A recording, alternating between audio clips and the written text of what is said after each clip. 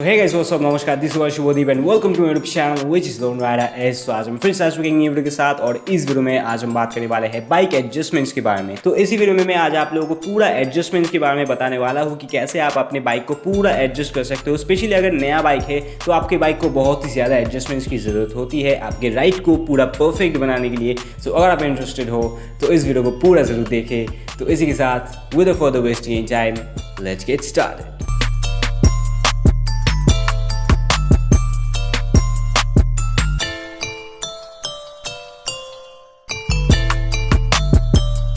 तो इसके साथ इस वीडियो को स्टार्ट करते हैं। तो सबसे पहले तो मैं आप लोगों को बता देना चाहूँगा कि मेरा वीडियोस जो है कंसिस्टेंसी बहुत ही ज़्यादा कम हो गया है। आई नो बहुत ही कम वीडियोस आ रही है या फिर बहुत ही डिले हो रहा है वीडियोस में। सो ये एक काइंड ऑफ मेरा प्रोफेशन इशू है क्योंकि यूट्यूब जो है वो मेरा प्रोफेशन नहीं है। It's like a hobby and passion.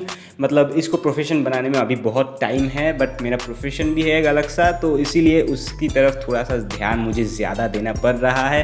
तो इसीलिए माफ़ी चाहूँगा बट वीडियोस में कंसिस्टेंसी में लाने की कोशिश करूँगा और हफ्ते में एक वीडियोस जो मैं देता था फिर से मैं डालने की कोशिश करूँगा, पूरा कोशिश करूँगा। तो सबसे पहले स्टार्ट करते हैं सीट से। तो सीट में हाइट, एंगल, पोजीशन, ये तीनों चीज़ें बहुत ही ज़्यादा परफेक्ट रहना बहुत ही ज़्यादा ज़रूरी है। तो हाइट के हिसाब से हाइट आप कैसे मेजर कर सकते हो, सीट हाइट आपको कितना रखना चाहिए। तो सबसे पहले तो एक प्रोसीड्यूर होता है कि आप अपने अंडर आर्म्स को आपके सीट के ऊपर रखो और आप अपने हाथ को पूरा स्ट्रेच करो और आपका जो क्रैंक सेट है उसके जो बीच वाला पोर्शन है उसमें अगर आपका बिगेस्ट फिंगर वाला टिप टच होता है तो वो आपका परफेक्ट सीट हाइट है। अगर नीचे होता है तो आपका पैर ज़्यादा फोल्ड होगा, अगर बहुत ही ज़्यादा ऊपर होता है तो भी आपको चलाने में तकलीफ होगी। तो ये एक बहुत ही अच्छा मतलब प्रोसीड्यूर है या फिर टेक्निक है आपके सीट हाइट को मेजर करने का।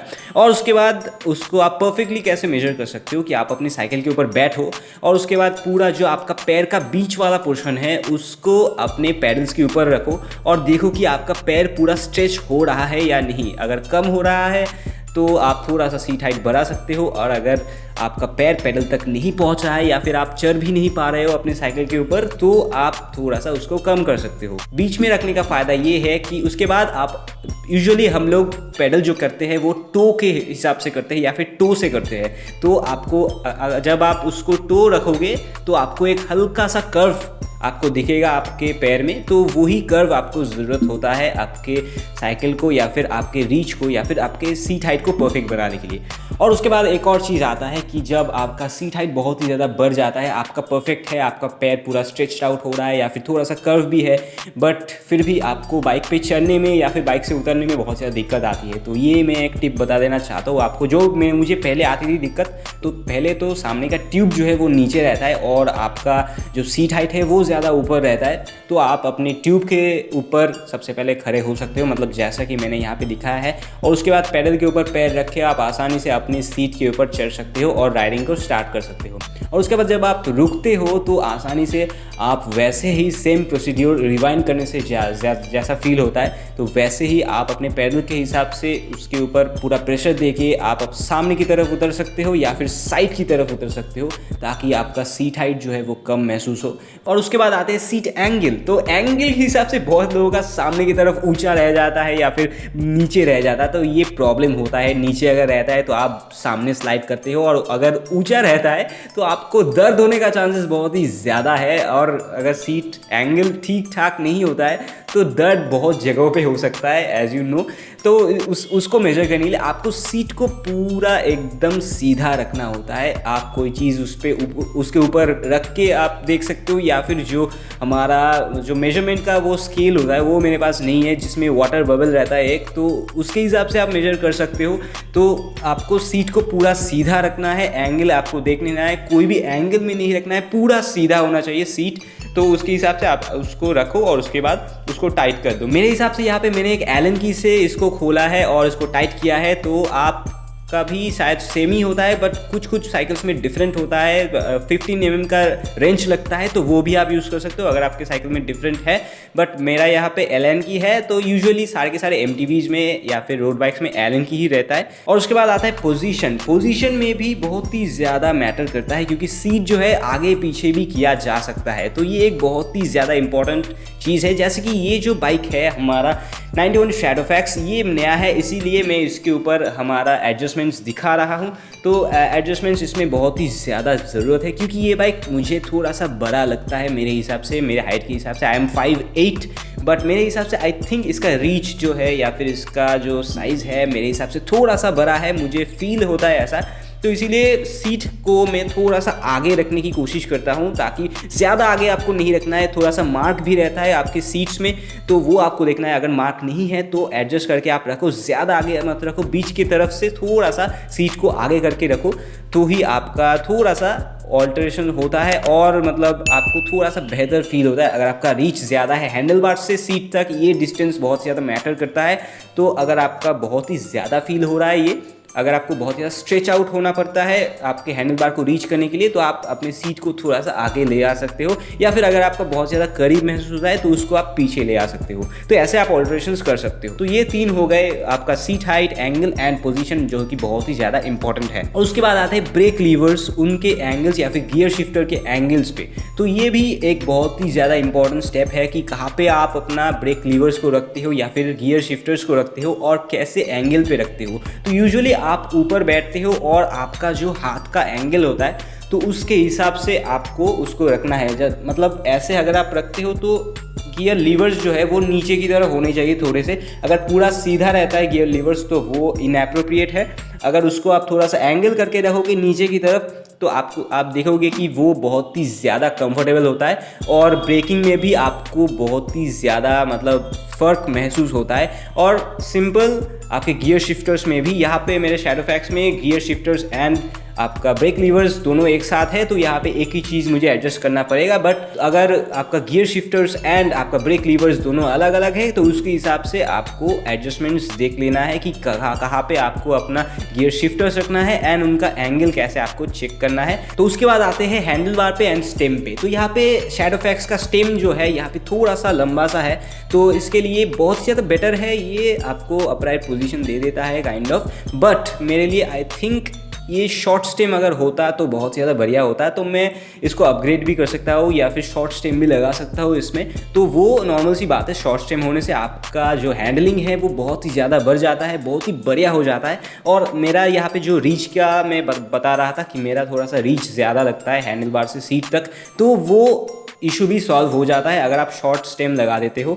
और उसी के साथ साथ कुछ हैंडल बार्स पे थोड़ा सा एंगल रहता है, थोड़ा सा कर्व सा रहता है, तो अगर आपको रीच ज़्यादा लग रहा है तो हैंडल बार को भी जो कर्व है वो आप अपनी तरफ रख सकते हो। ऐसे जो कर्व होता है उसको आप अपनी तरफ कर सकते हो, तो हैंडल बार थोड़ा सा आपकी तरफ हो जाता है, तो उससे बहुत ही ज़्यादा बढ़िया एक रिजल्ट आपको मिल सकता है अगर आपका रीच का इशू होता है। और उसके बाद आते हैं प्रीलोड एडजस्टमेंट में। तो ये बहुत ही ज़्यादा इंपॉर्टेंट है, ज़्यादातर लोगों को पता है कि प्रीलोड क्या होता है या फिर प्रीलोड एडजस्टर क्या होता है। आपके सस्पेंशन फोक्स में ये रहता है और के साथ साथ आपका लॉकआउट भी रहता है। लॉकआउट के बारे में तो आपको पता ही है, बट प्रीलोड के बारे में बहुत लोगों को नहीं पता होता है, तो इसीलिए मैं थोड़ा सा बता देता हूँ आप लोगों को।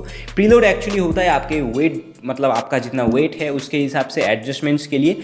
तो प्रीलोड जो है प्लस एंड माइनस 2 साइंस आपको मिल जाती है इसमें। तो इसमें प्लस मतलब आपका स्प्रिंग को जो है वो बहुत ही ज़्यादा कंप्रेस कर देता है, मतलब आपका सस्पेंशन हार्ड हो जाता है। और अगर उसको माइनस पे किया जाता है तो वो बहुत ही ज़्यादा स्मूथ हो जाता है या फिर बहुत ज़्यादा लूज हो जाता है। तो उसके हिसाब से मेरा वेट यहाँ पे कम है बहुत ही ज़्यादा, तो मैं अगर पूरा एकदम लूज रखता हूँ तो भी मुझे कोई प्रॉब्लम्स नहीं आएगी। बट जिनका वेट बहुत ही ज़्यादा है तो उनको बहुत ही टाइट करके रखना पड़ता है, या फिर थोड़ा सा आपके बॉडी वेट के हिसाब से आपको एडजस्टमेंट्स देख लेना पड़ता है कि आपको कितना टाइट रखना है। और टाइट रखने से आपका जो सस्पेंशन का इशू होता है या फिर सस्पेंशन अच्छे से मूव नहीं कर रहा या फिर इजीली मूव कर रहा है, बहुत ज़्यादा स्मूथ हो चुका है, तो उसके हिसाब से आप प्रीलोड को एडजस्ट कर सकते हो। इसका डिफरेंट लोगों का डिफरेंट एडजस्टमेंट्स हो सकता है, तो मैं कोई भी नहीं बताऊंगा कि कितना बार घुमाना है आपको, बट आप अपने हिसाब से इसको एडजस्ट कर लो। तो उसके बाद आते हैं एयर प्रेशर पे। तो ये बहुत ज़्यादा नॉर्मल चीज़ है, ज़्यादा लोगों को पता है कि एयर प्रेशर कितना रखना है, बट ये भी मैं पॉइंट इंक्लूड करना चाहता था क्योंकि एयर प्रेशर बहुत ज़्यादा इंपॉर्टेंट है। तो नया बाइक जब आप लाते हो तो उसमें यूजुअली हवा नहीं रहता है, तो हवा हवा आपको भरना पड़ता है, और हवा कितना भरना है ये भी लोग पूछते हैं। तो यूजुअली एमटीवीज में 35 to 55 या फिर 50 ऐसा आपका एयर प्रेशर का रेंज रहता है। आपको अपने टायर्स पे अगर आप नज़र डालोगे तो आपको दिख जाएगा कि कितना एयर प्रेशर का लिमिट्स है आपका, तो उसके हिसाब से आप इसमें एयर प्रेशर डालो। मैं यूजुअली 40 या फिर 45 रखता हूँ, मतलब अगर मैं ऑन रोड चलाता हूँ, या फिर अगर मैं ऑफ रोड चलाता हूँ तो मैं 35 के आसपास रखता हूँ। अगर ऑफ रोड बहुत ही ज़्यादा होता है तो उसके हिसाब से और भी आप कम कर सकते हो, तो वो आपके ऊपर डिपेंड करता है कि कैसे आप चलाते हो। बट यूजुअली 35 to 50-55 ऐसा ही होता है, तो उसके हिसाब से आप एयर प्रेशर रख सकते हो अगर आपका एमटीवीज है।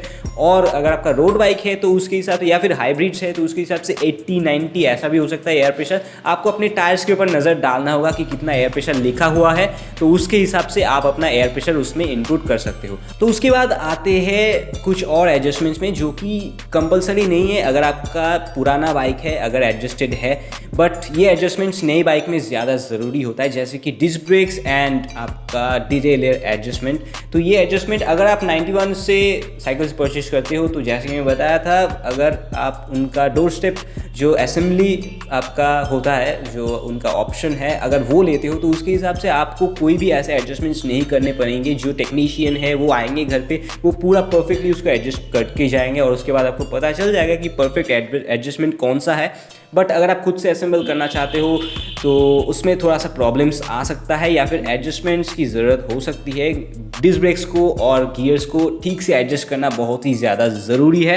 तो इसी के साथ यही थे हमारे कुछ एडजस्टमेंट्स। अगर आपका नया बाइक है या फिर पुराना बाइक है, दोनों में ही काम आता है। और अगर आपका 91 साइकिल्स है तो उसमें ज़्यादा एडजस्टमेंट्स करने की ज़रूरत नहीं है, सिर्फ सीट हाइट आपको एडजस्ट करना होता है, क्योंकि आपका टेक्नीशियन जो है वो पूरा असेंबल करके जाता है, तो वो बहुत ही ज़्यादा आसान हो जाता है आप लोगों के लिए।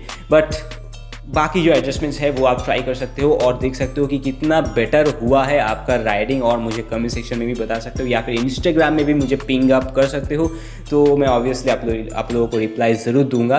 तो यही था हमारा वीडियो, और 91 के चैनल को भी आप चेकआउट कर सकते हो, जिसका लिंक मैंने डिस्क्रिप्शन में दे दिया है। एंड मैंने यहाँ पे जो बाइक दिखाया है हमारा 91 Shadow X 29R, इसको भी आप चेकआउट कर सकते हो, जिसका भी लिंक मैंने डिस्क्रिप्शन में दे दिया है। और इसके बारे में मैंने डिफरेंट वीडियोज़ भी बनाया है, अनबॉक्सिंग एंड फुल रिव्यू, वो भी आप चेकआउट कर सकते हो, जो कि बहुत ज़्यादा मज़ेदार वीडियोज़ है। आई नो आप लोगों को पसंद आएगा, वो भी लिंक मैंने डिस्क्रिप्शन में दे दिया है। सबसे पहले तो मैं आप लोगों को एक चीज़ बता देना चाहूँगा कि 91 की वेबसाइट से अगर आप कोई भी चीज़ परचेज करते हो तो आपको बहुत ही स्पेशल फ्रीबीज मिल सकती है, जो कि मैंने डिस्क्रिप्शन में उनकी वेबसाइट का लिंक दे दिया है, और मैंने एक कूपन कोड भी दिया है। अगर आप वो कूपन कोड यूज़ करते हो, कोई भी चीज़ अगर आप परचेज करते हो 91 की वेबसाइट से, तो आपको फ्री गिफ्ट्स मिल सकती है, जो कि बहुत ही अमेजिंग गिफ्ट्स है। एंड इट्स अ सरप्राइज, मैं बताऊंगा नहीं क्या क्या मिलेगा आपको, but it's a surprise and बहुत ही अमेजिंग प्रोडक्ट्स आपको मिलेंगे। तो डेफिनेटली अगर आप कोई भी चीज़ परचेज करते हो तो उस कूपन कोड को यूज़ करना, तो आपको बहुत ही अमेजिंग गिफ्ट हैम्पर्स मिलने वाले हैं। So definitely check it out, और उनके वेबसाइट को भी आप चेकआउट कर सकते हो, जिसका लिंक मैंने डिस्क्रिप्शन में दे दिया है। तो इसके साथ इस वीडियो के लिए बस इतना ही। तो अगर आपको ये वीडियो पसंद आया होगा तो ये लाइक ज़रूर दबा देना, उसी के साथ मेरा चैनल जो सब्सक्राइब कर देना और घंटे के बटन जरूर दबा देना, ताकि आपको नोटिफिकेशन सबसे पहले मिल सके। और अगर आपको ऐसे कंटेंट्स और भी देखने हो तो कमेंट सेक्शन में मुझे ज़रूर बताओ। I hope you enjoy the video, और इसी के साथ इस वीडियो को यही पेंट करते हैं। तो this your boy Lone Rider S signing out.